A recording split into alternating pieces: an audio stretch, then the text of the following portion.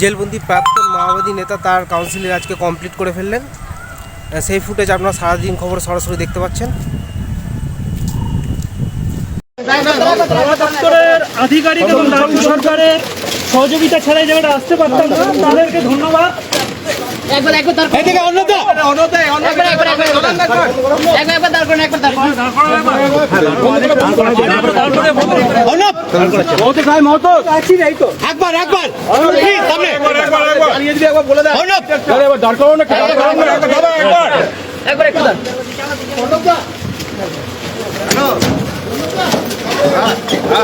এই বিষয় নিয়ে অন্য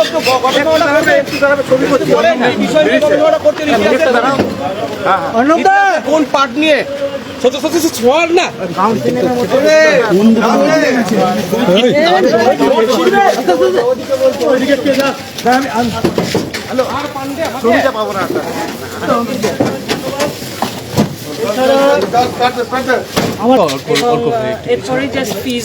মুখে নামাও। আমরা ধরে নিতে পারি যে তার সংক্রান্ত যা কিছু জটিলতা ইত্যাদি ছিল সকলের সহযোগিতায়, সকলের শুভেচ্ছা এটা সম্পূর্ণ হয়েছে। ভর্তি হওয়ার জন্য কবে আসবেন? ডেট কি দিল বিশ্ববিদ্যালয়ের তরফ থেকে? ভর্তি হতে আসবেন 19 তারিখে, মানে ডকুমেন্ট ভেরিফিকেশনের জন্য আসবেন 19 তারিখে। আর ভর্তি হতে আসবার কিছু নেই, এবার শুধু ফিস জমা দিলেই উনি অফিসিয়ালি। ফিস কি জমা দিতে ওনাকে ফিজিক্যালি আসতে হবে নাকি? এটা অনলাইন পেমেন্ট হবে। আচ্ছা, এটা কি বিশ্ব কারাগার মানে সংশোধন কর্তৃপক্ষ কি ফিস পেমেন্ট করছেন নাকি না উনি পার্সোনালি করছেন? সেটা আমরা প্রশ্ন করিনি, কিন্তু এই ফিস পেমেন্ট করার ক্ষেত্রে কোনো জটিলতা নেই, সেটা উনি বলেছেন। কবে থেকে ক্লাস শুরু হবে ম্যাডাম? আর কবে? ক্লাস তো এখন হবে না মনে হয়, বড় সময় লাগবে। ক্লাসও শুরু হয়ে যাবে, এর মধ্যেই শুরু হয়ে যাবে। ডকুমেন্ট ভেরিফিকেশনের জন্য উনি 19 তারিখে আসবেন। কতজন ক্যান্ডিডেট ছিলেন, কতজন সিলেক্ট হলো, কতগুলো রিজার্ভে মানে যেত ফিরে যেত? এই হিসেবটা আমি এর আগেও দিয়েছি। প্রায় 200 মতো নম্বরই অন্যতম আনরিজার্ভ ক্যাটাগরিতে কাউন্সেলিং এ নির্বাচিত। একটা কিটা কোনটা ফিল আপ হলো না? সেটা টেকনিক্যাল কারণে আটকেছে, ওবিসি এর একটা পুরো টেকনিক্যাল কারণে। ক্লাস যখন করবে তখন কি হবে, ক্লাস হবে তার কোনো আলোচনা করেছেন না, সেটাও মানে আমার কাছে এখনো কোনো খবর সে বিষয়ে নেই। তবে বিভাগের প্রধান হিসেবে যেহেতু আমার সঙ্গে আপনারা কথা বলছেন, আমি ধরে নিতে পারি যে বাকি ছাত্রছাত্রীরা যেভাবে ক্লাস করবেন উনিও সেভাবে ক্লাস করবেন। আজকে কিছু বলছিলেন অন্য? না, আলাদা কোনো কথা হয়নি। কাউন্সেলিং সংক্রান্ত যা কিছু সেগুলো। Thank you ma'am. উপাচার্য একজন কথা বলেছেন যে এরপরে বিভাগের আন্তরিকতা দেখানোর প্রশ্ন, সেটা আমরা নজর রাখবো। এই বিষয় নিয়ে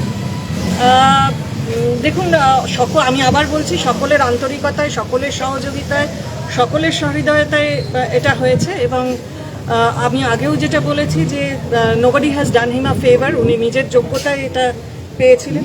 কাজেই এই ধরনের কথা আমার মনে হয় না উপাচার্য বলেছেন যে এরপরে বিভাগের আন্তরিকতা দেখানোর প্রশ্ন এবং সেটা তিনি খেয়াল রাখবেন।